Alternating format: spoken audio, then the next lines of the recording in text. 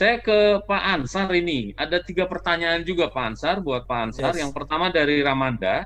Ini bertanya, apa tantangan anak muda kita di zaman 4.0 ini agar bisa tetap eksis dan bisa bersaing di dunia kerja nantinya? Karena mengingat dunia pendidikan masih belum di-upgrade sehingga banyak lulusan perguruan tinggi, khususnya fresh graduate, gampang dan memasuki dunia kerja. Itu. Yang kedua dari Sahputra Barasa untuk Pak Ansar juga, bagaimana memaksimalkan peran internet dan teknologi digital untuk menunjang dan memudahkan kehidupan sehari-hari, khususnya bagi kami mahasiswa. Nah, oke.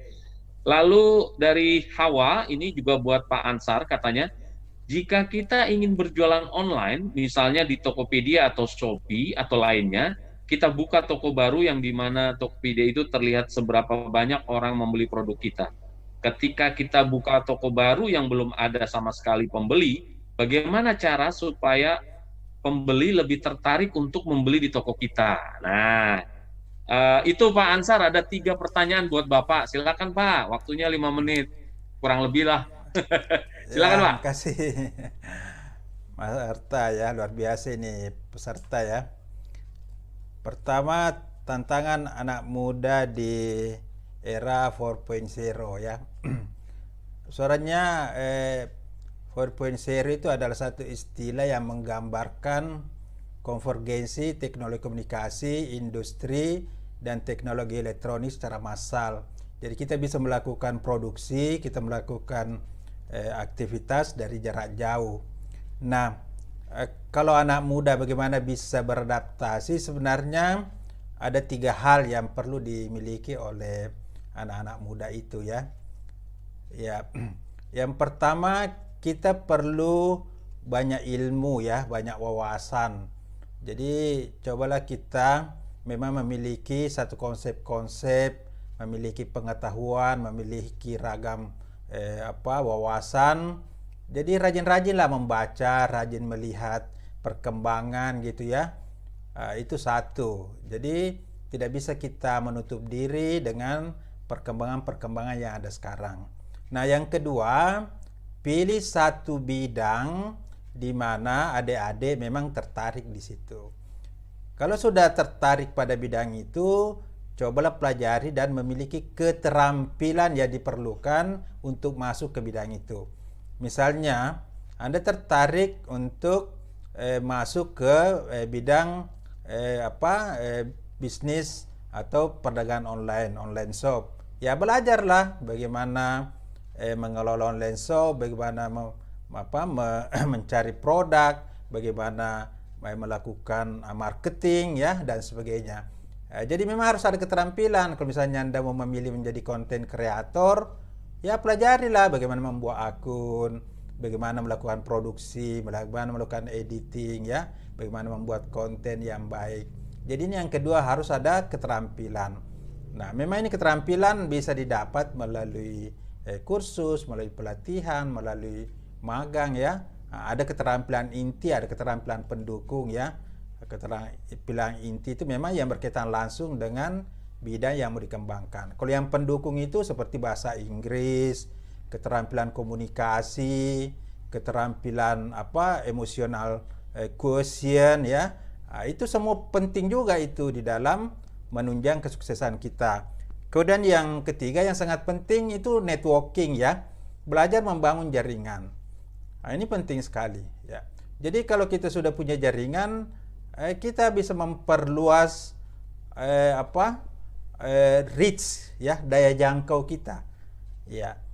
Sehingga kita insya Allah dengan masuk ke dunia digital, kita ada di mana, pangsa pasar kita itu ada di seluruh dunia. Ya, jadi bagaimana cara anak muda ini menghadapi era 4.0, saya kira 3 itu aja dulu diperkuat.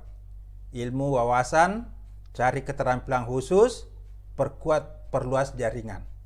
Ya, apalagi kalau jaringannya sudah sesuai dengan yang ingin Anda capai. Misalnya Anda mau menjadi konten kreator, berarti Anda harus mempunyai jaringan dengan konten kreator yang sudah sukses.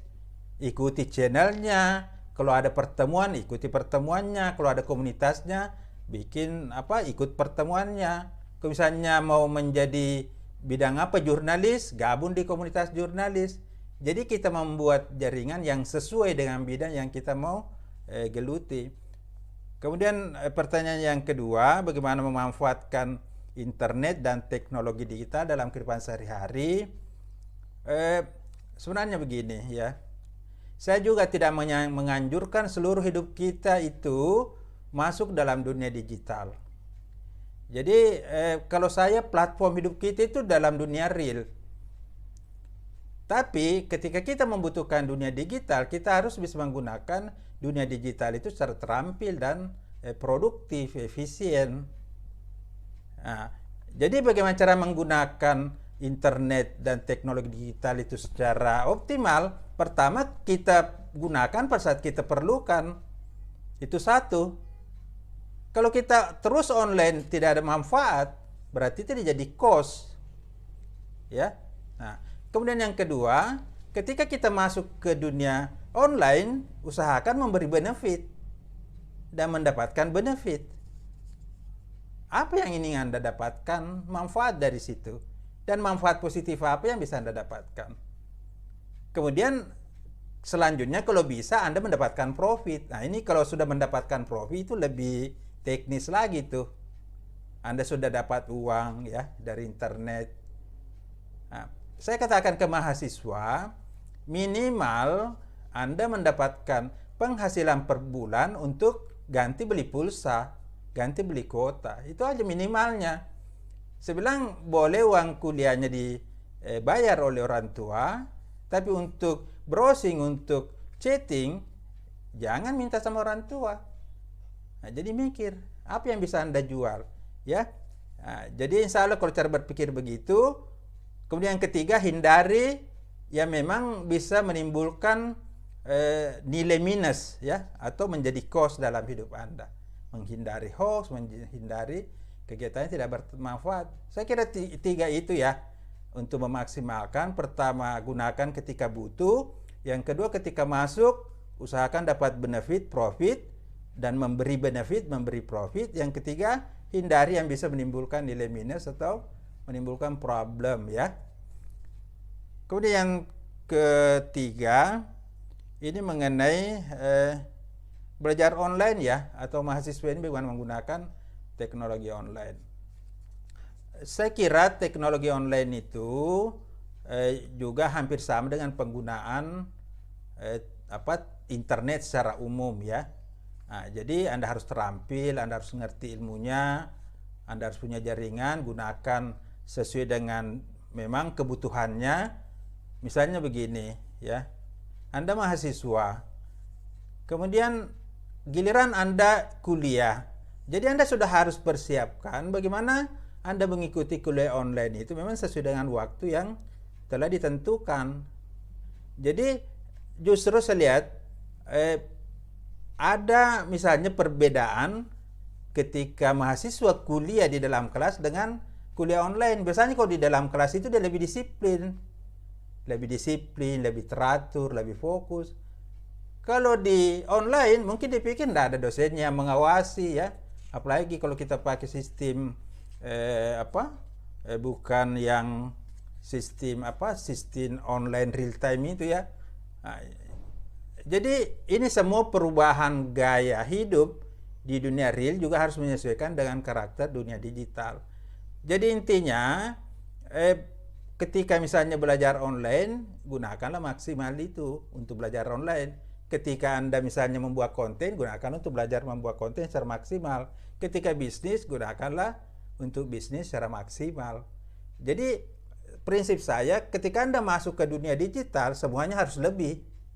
Anda harus lebih pintar, Anda harus lebih teliti, Anda harus lebih produktif, Anda harus lebih aware, Anda harus lebih waspada.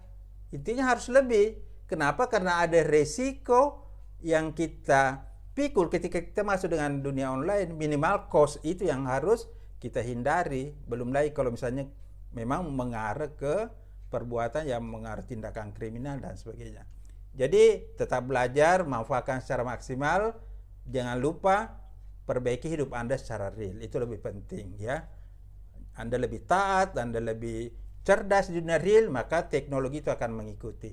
Ya, jangan juga terjadi yang disebut dengan hyperreality ya. Ingin terlalu gagah tampil di dunia online, ingin dianggap terlalu berhasil, terlalu sukses. Padahal itu hanya semua artifisial, itu hanya semua simulasi, simulacrum.